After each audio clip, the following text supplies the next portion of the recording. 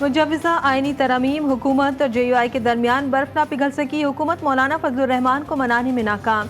कौमी असम्बली का इजलास अब से कुछ देर बाद 3 नुकाती एजेंडा जारी। आइनी तरमीम का बिल एजेंडे में शामिल नहीं। आइनी तरमीम पर इतफाक न होने पर वफाकी काबीना का इजलास भी मुलतवी। काबीना का इजलास आज सुबह 10 बजे होना था। हुकूमत आज भी आइनी तरमीम बिल इजलासों में पेश नहीं करेगी। बेशतर अरकान कौमी और सूबाई असम्बली सेनेट में अपने अपने आबाई इलाकों में लौट गए।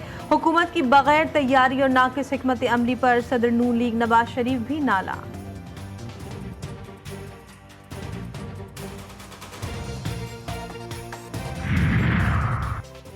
मौलाना फजलुर रहमान की आइनी तरमीमी मुसव्वदे पर गौर करने के बाद कुछ तरमीम की मुखालिफत। ज़राए के मुताबिक मौलाना फजलुर रहमान को तरमीम के बाद शिकों पर शदीद इख्तिलाफ।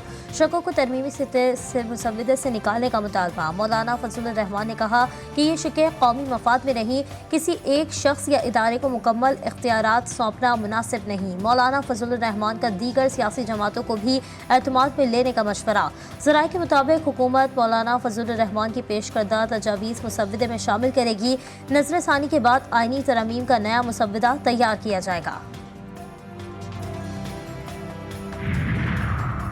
मुजव्वज़ा आइनी तरमीम के मुसव्वदे की तफसीलात GTV न्यूज़ पर। मुसव्वदा 50 से ज़ायद नुकात पर मुश्तमिल। वफाकी आइनी अदालत के चीफ जस्टिस के लिए नाम कमेटी वज़ीर आज़म को देगी। आइनी अदालत के जज की रिटायरमेंट की उम्र 68 साल होगी। सुप्रीम कोर्ट का जज वफाकी आइनी अदालत में 3 साल के लिए जज तैनात होगा। बिल में हाई कोर्ट से सोमोटो लेने का अख्तियार वापस लेने की तजवीज़ शामिल। हाई कोर्ट के फैसले को आइनी अदालत में चैलेंज किया जा सकेगा। सुप्रीम कोर्ट जुडिशल काउंसिल किसी भी जज को ओहदे से फारिग कर सकती है। आइनी अदालत के अहकामात दीगर अदालतों पर भी लागू होंगे। सुप्रीम कोर्ट के अस्कुत नोटिस इख्तियारात से मुतालिक नई शिक भी आइनी तरमीम में शामिल।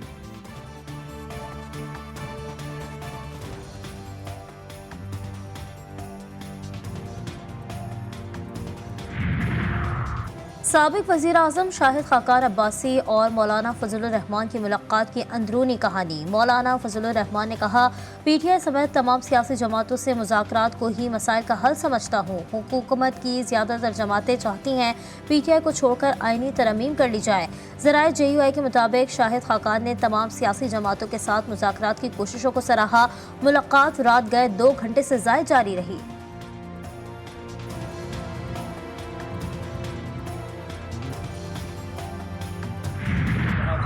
मेरे ख्याल में काफ़ी चीज़ें पे राज़ी है।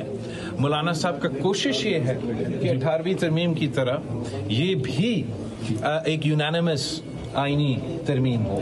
इसमें कोई हर्ज नहीं है कि यूनानिमस है। अगर यूनानिमस हो सकता है तो मैं भी चाहूँगा यूनानिमस हो। मौलाना फजलुर रहमान की कोशिश है कि आइनी तरमीम पर मुत्तफिका फैसला हो। पार्लियामेंट हाउस में पार्लिमानी कमेटी के इजलास के बाद chairman Peoples Party Bilawal Bhutto की मीडिया से गुफ्तगू। बिलावल भुट्टो ने कहा, जो कुछ हुआ है बहुत अच्छा हुआ है। एक सियासी जमात ने अदलिया और आर्मी चीफ पर हमला किया। आज तक उन्होंने वाज़ेह नहीं किया कि वो बयान उनका है या नहीं। मैं क्या उम्मीद रखूं?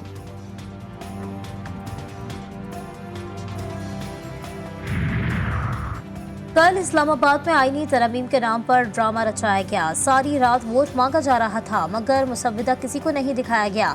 मुशीर इत्तलाह खैबर पख्तूनख्वा बैरिस्टर मोहम्मद अली सैफ का बयान। कहा, इस बार सुप्रीम कोर्ट पर हमले में पीपल्स पार्टी भी साथ दे रही है। मुजव्वज़ा तरमीम के बाद सुप्रीम कोर्ट महज एक बेइख्तियार आलिशान इमारत बनकर रह जाएगी।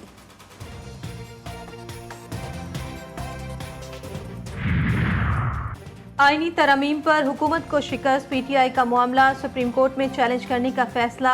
आज पटिशन सुप्रीम कोर्ट में दायर की जाएगी। सेनेट में खैबर पख्तूनख्वा की नुमाइंदगी नहीं, लिहाजा तरमीम नहीं हो सकती। तहरीक इंसाफ का मौक़िफ़।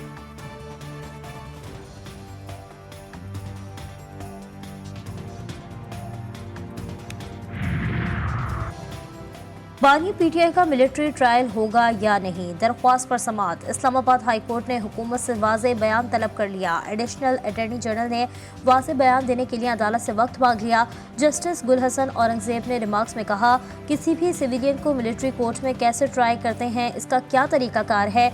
अगर तो मिलिट्री ट्रायल से पहले बानी PTI को नोटिस दिया जाता है तो फिर ये केस निपटा देते हैं। मैं आपको वक्त देता हूँ, इस मुतालिक हिदायत लेकर आ जाएं। जस्टिस हसन औरंगजेब का एडिशनल अटॉर्नी जनरल से मुकालमा।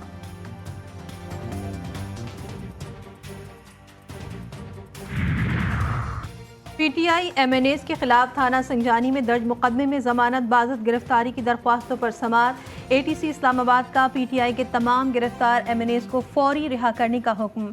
तमाम मुकदमात में पीटीआई एमएनएस की जमानत बाजत गिरफ्तारी मंजूर। अदालत का 30-30 हज़ार रुपए के मचलकों के बस जमानतें मंजूर की।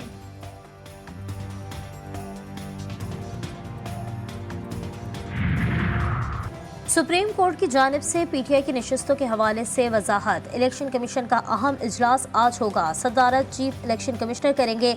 इजलास में सुप्रीम कोर्ट की वजाहत समेत दीगर अहम उमूर पर गौर किया जाएगा।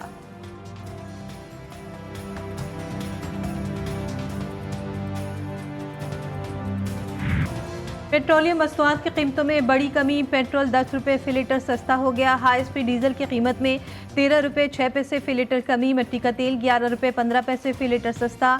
लाइट डीजल ऑयल की कीमत में 12 रुपये 12 पैसे की कमी। कीमतों में कमी का नोटिफिकेशन जारी।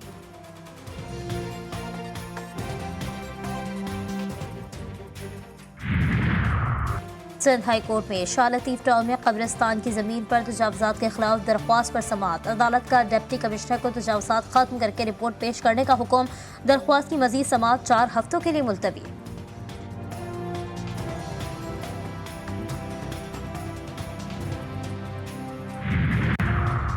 बलूचिस्तान के वजीर सरदार सरफराज शाकिर डोमकी कराची के निजी अस्पताल में इंतकाल कर गए।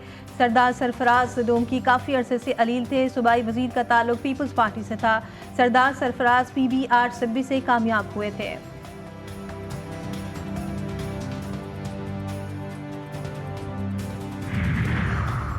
शादी वाले घर में सफ़े मातम बिछ गई। गुजरावाला के इलाके इकबाल टाउन में मकान के दरवाजे पर फायरिंग। 4 अफराद को सोते हुए मौत के घाट उतार दिया गया।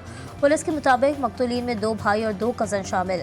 फरीक़ैन में काफ़ी अरसे से झगड़ा चल रहा था।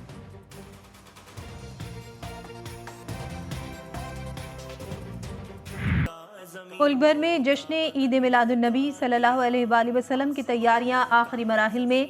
गलियां, बाजार, मोहल्ले सज गए। जगह जगह सब्ज परचम, झंडियों, बैजेस और रंग बिरंगे कुमकुमों की बहार। मसाजिद और इमारतें भी सजा दी गईं। हर सू दुरूद और सलाम की सदाएं। घर घर हुजूर नबी करीम सल्लल्लाहु अलैहि वसल्लम पर दुरूद और सलाम की महाफिल का एहतमाम। जश्न ईद मिलादुन्नबी सल्लल्लाहु अलैहि वसल्लम में कुछ घंटे बाकी। ताजदार रिसालत शहंशाह नबूवत मुस्तफ़ा जान रहमत सल्लल्लाहु ताला अलैहि वसल्लम से मोहब्बत का वालिहाना इजहार। बच्चे और बच्चियां भी प्यारे आका करीम सल्लल्लाहु अलैहि वसल्लम की बारगाह में नजराने अकीदत पेश कर रहे हैं। अमरीकी सदारती उम्मीदवार डोनाल्ड ट्रंप की गोल्फ क्लब से वापसी के वक्त फायरिंग। FBI ने ट्रंप के कत्ल की कोशिश करार दे दिया। मुश्तबा हमलावर गिरफ्तार। सिक्योरिटी एहलकारों का कहना है कि ट्रंप बंदूक बर्दार शख्स से 400 से 500 गज के फासले पर थे। हुक्काम को AK-47 किस्म का हथियार भी मिला है। डोनाल्ड ट्रंप ने कहा कि इस किस्म के वाकयात मेरे हौसले पस्त नहीं कर सकते। मैं हथियार नहीं डालूंगा। अमरीकी सदर जो बाइडन की ट्रंप पर हमले की मजम्मत।